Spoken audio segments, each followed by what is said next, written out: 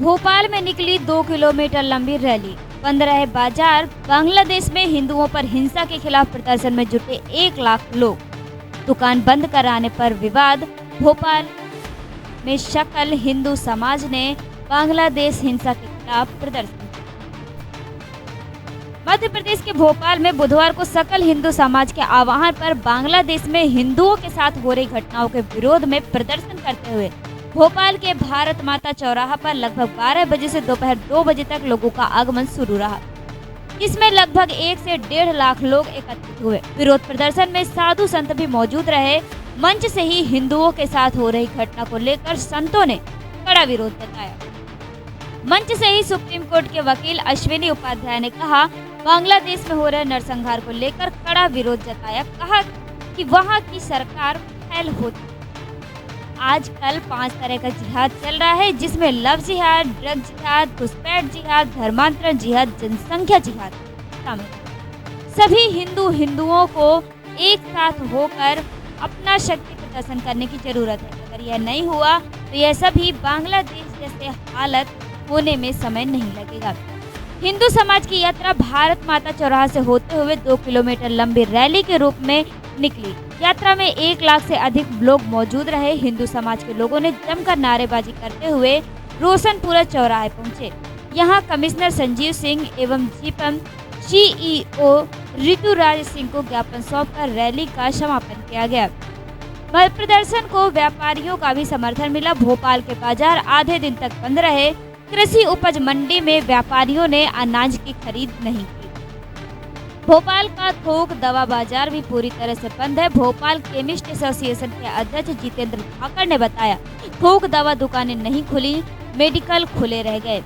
भोपाल में Bhopal chamber of commerce and industries, Bhopal किराना व्यापारी महासंघ, थोक दाल चावल संगठन Hanumanganj, Bhopal grand merchant and oil seeds association गल्ला मंडी शामिल हैं। वहीं राजधानी किराना व्यापारी एसोसिएशन, थोक तेल व्यापारी एसोसिएशन, ओल्ड भोपाल थोक readymade hosiery association Bhopal, Bhopal व्यवसायी महासंघ भोपाल, भोपाल सराफा व्यापारी महासंघ, घोड़ा निकाश व्यापारी महासंघ, न्यू मार्केट व्यापारी संघ, लोहा बाजार व्यापारी संघ, इब्राहिमपुरा व्यापारी महासंघ, सुभाष चौक व्यापारी एसोसिएशन सहित भोपाल शहर की अन्य व्यापारिक संस्था प्रदर्शन में शामिल हैं।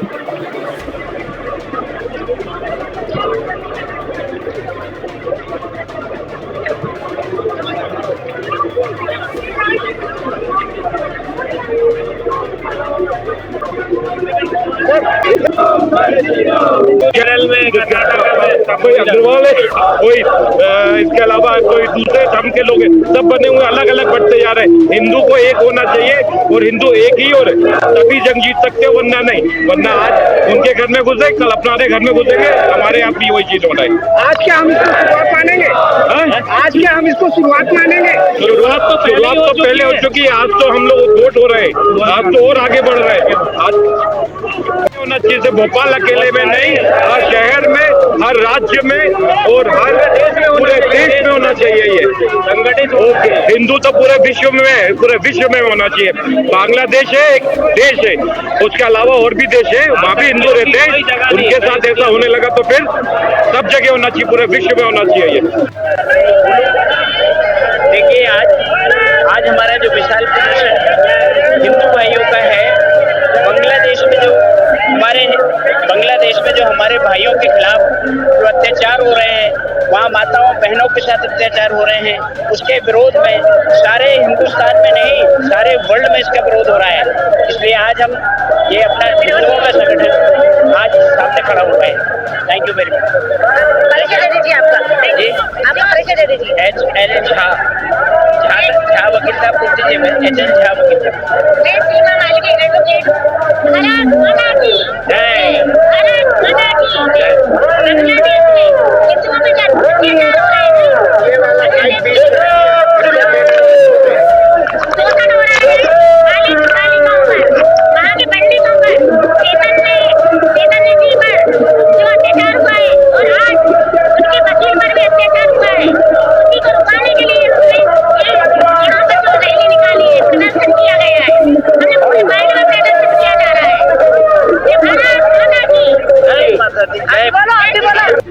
क्या नाम है आपका और आप कहाँ से आए? मेरा नाम चंद्रेश साहू है और मैं सरस्वती नगर का ही निवासी हूँ। और इस रैली का हमको कल ही पता चला, तो जैसे कोई ऑफिस कोई पढ़ाई कर रहा है तो हम सब ने योजना बनाई कि अपने ऑफिस और स्कूल कॉलेज से छुट्टी लेके एक हिंदू की पुकार है जो बांग्लादेश में प्रताड़ित किया जा रहा है, उसके लिए हम एकत्रित होकर सुप्रीम कोर्ट को एक आदेश सौंपेंगे। उसके थ्रू जब वो आदेश उन तक जाएगा तो फिर कुछ एक्शन हम बांग्लादेश के ऊपर ले सकते हैं। मेरा तो कहना है बांग्लादेश को भी भारत में विलीनीकरण कर लो और भारत को अखंड राष्ट्र बनाने की योजना यहीं से शुरू हो जाएगी। क्या आपको नहीं लगता कि ये और पहले होना चाहिए था? काफी हमें लेट हो गई। काफी देखो, जब जागे तभी सवेरा है, इसलिए हमें आज से अगर हमने शुरुआत करी है तो हमें आज से ही शुरुआत कर देनी चाहिए। और अगर कोई हिंदू सनातनी धर्म का विरोधी होता है तो उसको तुरंत वहाँ रोकना चाहिए, तुरंत उसका विरोध करना चाहिए, क्योंकि हम ऐसे तो किसी को रोकते नहीं हैं और जब कोई अगर हमें छेड़ता है तो हम किसी को फिर छोड़ते नहीं है। यह हमारी प्रवृत्ति रही है। किसी भी दल में कोई व्यक्ति हो, उसे अपना देश और धर्म तो नहीं त्यागना चाहिए। भगवान की इच्छा से किसी भी पार्टी किसी भी दल में क्या ये भी अंतर होगा? जल तो जल है, टंकी भरा हो, हैंडपंप में हो अथवा कुएं में हो, नदी में हो, समुद्र में हो, ऐसे सनातन हिंदू भी कहीं भी हो, उसमें कोई भेद नहीं करना चाहिए। अग्नि जो है वो सूर्य से आई है, अग्नि सूर्य का अंश है। अपने दीपक जलाएंगे तो अपने अंशी की तरफ जाती है अग्नि। लौ कहाँ जाती है? सूर्य की तरफ ऊपर जाती है। हम अंश हैं भगवान के, भगवान हमारे अंशी हैं। हमें भी अंततोगत्वा कितनी भी बेईमानी करनी पड़े, कुछ भी करना पड़े, धोखाधड़ी की जाए, उसके बाद भी भगवान हमारे अंशी हैं। हमें भगवान की शरण में जाना पड़ेगा। किसी भी पंथ के हो भले हम, जल का अंशी समुद्र है और जल के बिंदु कण जो है वह अंश है। कहीं भी वर्षा हो, कैसे भी पानी बरसे, कैसे भी गिरे, उसे अंततः नदियों के द्वारा जाना समुद्र में ही पड़ेगा। आप संविधान के विशेषज्ञ भी माने जाते हैं और आपने देश भर में 160 से अधिक जनहित याचिकाओं के माध्यम से राष्ट्र सेवा में अपनी आहुति दी है। तो हम जोरदार करतल ध्वनि से स्वागत करते हैं, अभिनंदन करते हैं आदरणीय अश्विनी उपाध्याय जी का।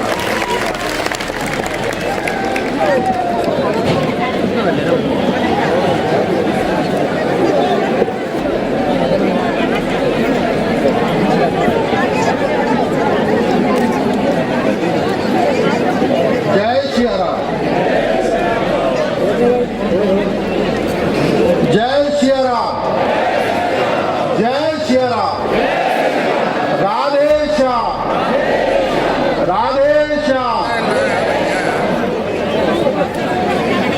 आज राजा भोज की इस पवित्र भूमि को प्रणाम करता हूं और अपने बांग्लादेश के सभी हिंदू भाइयों और बहनों को आश्वस्त करता हूं कि भारत के 99.99% हिंदू आपके साथ हैं। पॉइंट 1 छोड़ दे रहा हूं क्योंकि पॉइंट 1 में एक दिल्ली में परिवार है, एक कर्नाटक में एक परिवार है,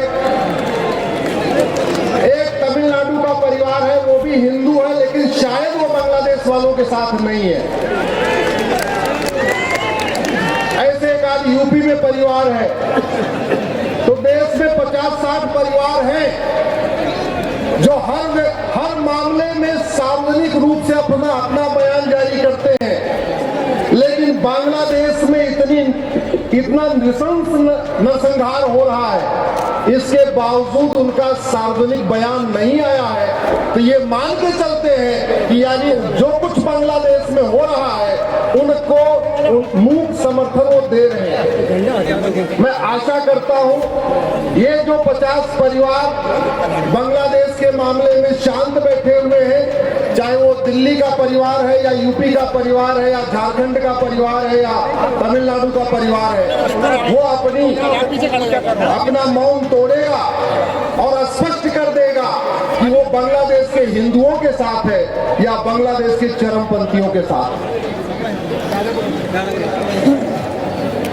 भारत का एक हिस्सा चला गया, पाकिस्तान बन गया।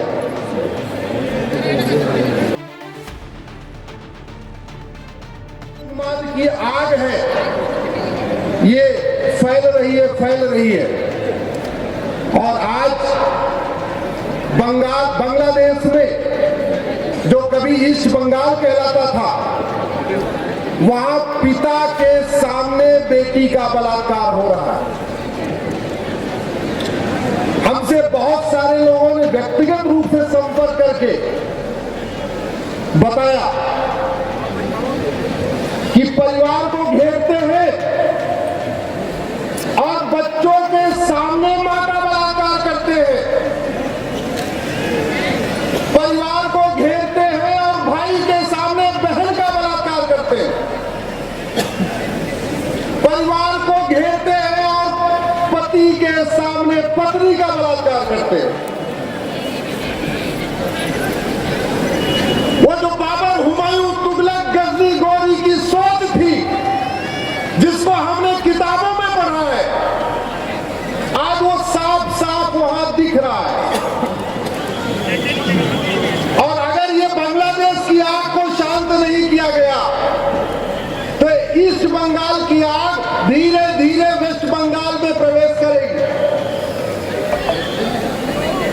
आज राजा भोज की इस धरती से मैं सभी सांसदों, विधायकों, मंत्रियों से एक बात पूछता हूं कि अगर सारे पंथ समान है और मजहब नफरत करना नहीं सिखाता है,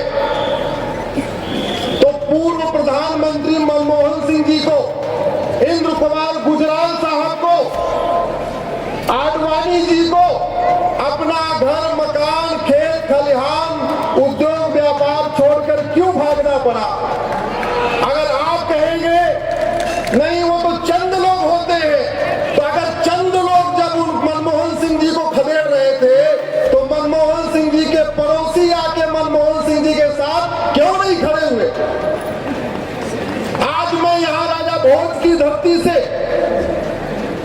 भारत के सारे अधिवक्ताओं से और विशेष रूप से सुप्रीम कोर्ट और हाई कोर्ट के जजों से पूछ रहा हूं, अगर सारे पंथ समान होते हैं और मजहब आपस में बैर रखना नहीं सिखाता, तो सॉली सराब जी को, फाली नरीमन साहब को, जेठमलानी जी को और अरुण जेटली जी को अपना मकान, दुकान, खेत खलिहान छोड़कर क्यों भागना पड़ा? और जब भाग रहे थे तो उनके पड़ोसी जो कन्वर्टेड हिंदू थे वो उनकी मदद क्यों नहीं कर रहे? आज मैं भारत के सारे हीरो, हीरोइन, निर्माता, निर्देशक, फिल्म बनाने वाले, सीरियल बनाने वालों से पूछ रहा हूं कि ऋतिक रोशन के दादा रोशन साहब को सब कुछ छोड़ के क्यों भागना पड़ा? यश चोपड़ा, प्रेम चोपड़ा, राज कपूर, राजेंद्र कुमार, सुनील दत्त, इन लोगों को अपना मकान, दुकान, खेत खलिहान छोड़कर क्यों भागना पड़ा? और जब भाग रहे थे तो उनके पड़ोसी जो कन्वर्टेड हिंदू थे वो उनकी मदद क्यों पसंद नहीं कर रहे हैं।